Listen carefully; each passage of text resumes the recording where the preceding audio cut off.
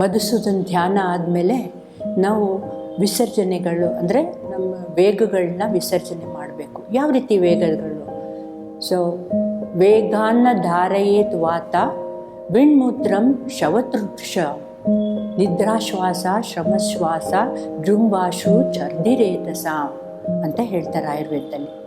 So ಅಂದರೆ ನಾವು ಯಾವುದನ್ನು ತಡ್ಕೋಬಾರ್ದು, ವೇಗಗಳನ್ನ, ಮಲಮೂತ್ರ ಮತ್ತು ಬೆವರು ವಿಸರ್ಜನೆ ಆಗಬೇಕಾಗಿರೋಂಥ ವೇಳೆ.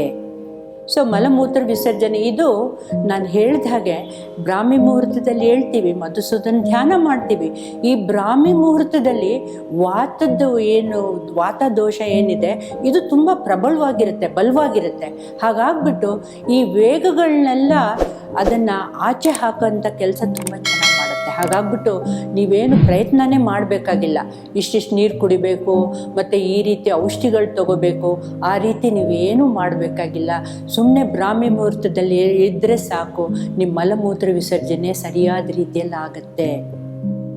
ಆದರೆ ಒಂದು ಜ್ಞಾಪಕ ಇಟ್ಕೊಂಡಿರಬೇಕು, ಇದು ನಮ್ಮ ಆಹಾರದ ಮೇಲೆ ಕೂಡ ಡಿಪೆಂಡ್ ಆಗುತ್ತೆ. ಸೊ ನಾವು ಆಹಾರ ಯಾವ ರೀತಿ ತಗೋತೀವಿ, ಕೆಲವು ಸಲ ಏನಾಗುತ್ತೆ ನಾವು ಆಹಾರನೇ ತಗೊಳ್ಳಲ್ಲ, ಆವಾಗ ಮಲಮೂತ್ರ ವಿಸರ್ಜನೆ ಸ್ವಲ್ಪ ಕಮ್ಮಿ ರೀತಿಯಲ್ಲಿ ಆಗ್ಬೋದು. ಹಾಗಾಗ್ಬಿಟ್ಟು ಮಲಮೂತ್ರ ವಿಸರ್ಜನೆ ಸರಿಯಾದ ರೀತಿಯಲ್ಲಿ ಆಗಬೇಕಾದ್ರೆ ಆಹಾರ ಕೂಡ ವೇಳೆಯಲ್ಲಿ ಸರಿಯಾಗಿ ಸೂಕ್ತ ವೇಳೆಯಲ್ಲಿ ಸರಿಯಾದ ರೀತಿಯಲ್ಲಿ ತಗೋಬೇಕಾಗತ್ತೆ. ಇವಾಗ ಇದು ಮಲಮೂತ್ರ ವಿಸರ್ಜನೆ ಆಗಬೇಕಾದ್ರೆ, ವಿಸರ್ಜನೆ ಆಗಬೇಕಾದ್ರೆ ನಾವು ಯಾವ ಪೊಸಿಷನಲ್ಲಿ ಕೂತಿರಬೇಕು?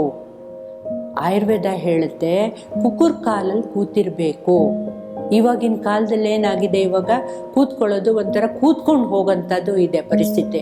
ಇಂಥದ್ದು ಈ ಪರಿಸ್ಥಿತಿಯಲ್ಲಿ ಏನಾಗುತ್ತೆ ಅಂದರೆ ನಮ್ಮ ಇಂಟೆಸ್ಟೈನ್ಸ್ ಏನಾಗುತ್ತೆ, ಇದು ಸ್ವಲ್ಪ ಅದಲ್ಲಿ ಬೆಂಡ್ ಆಗುತ್ತೆ. ಆದರೆ ಯಾವಾಗ ನಾವು ಕುಕ್ಕುರ್ ಕಾಲಲ್ಲಿ ಇರುತ್ತೋ ಆವಾಗ ಅದು ನೆಟ್ಟಗಾಗತ್ತೆ ಮತ್ತು ಏನು ಮಲ ವಿಸರ್ಜನೆ ಆಗುತ್ತೆ ಅದು ಒಂಥರ ಸರಿಯಾದ ರೂಪದಲ್ಲಿ ಆಚೆ ಪುಷೌಟ್ ಆಗುತ್ತೆ, ಅಂದರೆ ಆಚೆ ತಳ್ಬೋದು ನಾವು ಅದನ್ನು. ಇಲ್ಲ ಅಂದರೆ ಏನಾಗುತ್ತೆ, ಪೂರ್ತಿ ರೂಪದಲ್ಲಿ ಹೋಗಿರಲ್ಲ, ಏನೋ ಒಳಗೆ ಇದ್ದಾಗ ಫೀಲಿಂಗ್ ಇರುತ್ತೆ ಅಂತ ಹೇಳ್ತಾರೆ.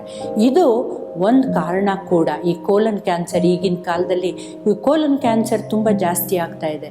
ಮೂತ್ರ ವಿಸರ್ಜನೆ ಮತ್ತು ಮಲ ವಿಸರ್ಜನೆ ಸರಿಯಾದ ರೀತಿಯಲ್ಲಿ ಆಗದೆ ಯಾವಾಗ ಮಲಬದ್ಧತೆ ಉಂಟಾಗುತ್ತೋ ಆ ಟೈಮಲ್ಲಿ ಹೊತ್ತಲ್ಲಿ ಈ ಕೋಲನ್ ಕ್ಯಾನ್ಸರು ಇದೆಲ್ಲ ತುಂಬ ಜಾಸ್ತಿ ಪ್ರಮಾಣದಲ್ಲಿ ಕಾಣಿಸ್ಕೊಂಡು ಬರುತ್ತೆ. ಸೊ ಇದು ಮೊದಲನೇದು. ಗರ್ಭಿಣಿ ಹೆಂಗಸರು ಕೂಡ ಈ ಕುಕ್ಕುರ್ ಕಾಲಲ್ಲಿ ಕೂತ್ಕೊಳ್ಳೋದೇನಿದೆ ಇದು ತುಂಬ ಒಳ್ಳೆ ಪೊಸಿಷನು. ಯಾರು ಕುಕ್ಕುರ್ ಕಾಲಲ್ಲಿ ಕೂತ್ಕೊಂಡು ಮಲಮೂತ್ರ ವಿಸರ್ಜನೆ ಮಾಡ್ತಾರೋ ಗರ್ಭಿಣಿ ಹೆಂಗಸರಲ್ಲಿ ಕೂಡ ಅವ್ರಿಗೆ ಯಾವ ರೀತಿಯೂ ಡೆಲಿವರಿ ಟೈಮಲ್ಲಿ ತೊಂದರೆ ಆಗೋದೇ ಇಲ್ಲ. ಯಾಕಂದರೆ ಇದು ಸರಿಯಾದ ರೀತಿದು ಒಂದು ವ್ಯವಸ್ಥೆ, ಇದು ದೇಹದಲ್ಲಿ ಒಂದು ವ್ಯವಸ್ಥೆ. ಈ ರೀತಿ ಕೂತ್ಕೊಂಡ್ರೆ ಈ ಪೆಲ್ವಿಕ್ ರೀಜನ್ ಏನಿದೆ, ಪೆಲ್ವಿಕ್ ಮೂಮೆಂಟ್ಸ್ ಏನಿದೆ ಅಂದರೆ ಪೆಲ್ವಿಸ್ ಅಂತ ಹೇಳಿದ್ರೆ ನಮ್ಮ ಕೆಳಗಿನ ಭಾಗ. ಈ ಕಟಿ ಭಾಗದಲ್ಲಿ ಏನಿರುತ್ತೆ, ಈ ಜಾಗದಲ್ಲಿ ಎಲ್ಲ ರೀತಿಯೂ ರಕ್ತ ಸಂಚಾರಣೆ ಆಗಲಿ ಅಥವಾ ಅಲ್ಲಿ ಇರೋದು ಮಾಂಸಖಂಡಗಳಿಗೆ ಪೇಶಿಗಳಿಗಾಗಲಿ ಇದಕ್ಕೆಲ್ಲ ರಕ್ತ ಸಂಚಾರಣೆ ಸರಿಯಾದ ರೀತಿಯಲ್ಲಿ ಆಗೋದು, ಅದಕ್ಕೆ ಆಕ್ಸಿಜನ್ ತತ್ವ ಚೆನ್ನಾಗಿ ರೀತಿಯಲ್ಲಿ ಸಿಕ್ಕೋದು ಮತ್ತು ಅದಕ್ಕೆ ಎನರ್ಜಿ ಸಿಕ್ಕೋದು. ಇವಾಗ ಏನಾಗುತ್ತೆ, ಮಲಬದ್ಧತೆ ಯಾರಿಗಾಗತ್ತೆ, ಯಾರಿಗೆ ಅದು ಪುಷ್ ಮಾಡೋಂಥ ಪವರ್ ಎನರ್ಜಿ ಏನಿದೆ ಅದು ಇಲ್ಲದೆ ಇರೋರಿಗೆ ವಯಸ್ಸಾಗ್ತಾ ಇದ್ದ ಹಾಗೆ ಇದು ಜಾಸ್ತಿ ಆಗ್ತಾ ಹೋಗುತ್ತೆ. ಸೊ ಈ ಪವರ್ ಸ್ವಲ್ಪ ಕಮ್ಮಿ ಆಗ್ತಾ ಹೋಗುತ್ತೆ. ಈ ಪವರ್ ಕಮ್ಮಿ ಆಗ್ತು ಅಂತ ಹೇಳಿದ್ರೆ ಕೆಲವು ಸಲ ಮೋಷನ್ ಹೋಗ್ದೇ ಇದ್ಬಿಡ್ತು ಅಂತ ಹೇಳಿದ್ರೆ ಆವಾಗ ಕೆಲವುದು ನಮ್ಮ ಆಯುರ್ವೇದದಲ್ಲಿ ಸೂಕ್ತವಾಗಿರೋಂಥ ಕೆಲವುದು ಸಿಂಪಲ್ ಆಗಿರೋದು ತ್ರಿಫಲ ಇಂಥದ್ದೆಲ್ಲ ಕೆಲವುದು ಹರ್ಬ್ಸನ್ನು ಹೇಳಿದ್ದಾರೆ. ತ್ರಿಫಲ ಪೌಡ್ರು ಬಿಸಿನೀರಿಗೆ ಹಾಕ್ಕೊಂಡು ತಗೊಳ್ಳಿ ಇದನ್ನೆಲ್ಲ ಹೇಳಿದ್ದಾರೆ. ಮತ್ತು ಕೆಲವು ಸಲ ಲೇಹಗಳು ಹೇಳಿದ್ದಾರೆ, ದ್ರಾಕ್ಷಿ ಲೇಹ.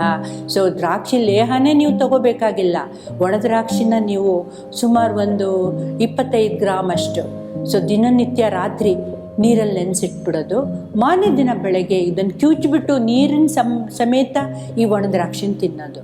ಇದು ಕೂಡ ನಿಮಗೆ ಮಲವಿಸರ್ಜನೆಗೆ ಸರಿಯಾದ ರೀತಿಯಲ್ಲಿ ಕೆಲಸ ಮಾಡುತ್ತೆ. ಸೊ ಮಲಮೂತ್ರ ವಿಸರ್ಜನೆ ಸರಿಯಾದ ರೀತಿಯಲ್ಲಿ ಆಗ್ತಾ ಇತ್ತು ಅಂತ ಹೇಳಿದ್ರೆ ಆವಾಗ ದೇಹದಲ್ಲಿ ಯಾವ ರೀತಿಯೂ ಒಬ್ಸ್ಟ್ರಕ್ಷನ್ಸ್ ಇರಲ್ಲ, ಯಾವ ರೀತಿಯೂ ಕಿಡ್ನಿ ಪ್ರಾಬ್ಲಮ್ಗಳು ಬರಲ್ಲ. ಹಾಗಾಗಿ ಮಲಮೂತ್ರ ವಿಸರ್ಜನೆ ಬ್ರಾಹ್ಮಿ ಮುಹೂರ್ತದಲ್ಲಿ ಸೂಕ್ತ ಕಾಲದಲ್ಲಿ ಸರಿಯಾದ ರೀತಿಯಲ್ಲಿ ಆಗೋದ್ರಿಂದ ಈ ಹೊತ್ತಲ್ಲಿ ಮೊದಲನೇದಾಗಿ ನೀವು ಮಧುಸೂದನನ ಧ್ಯಾನ ಆದಮೇಲೆ ಮಲಮೂತ್ರ ವಿಸರ್ಜನೆ ಮಾಡಬೇಕು.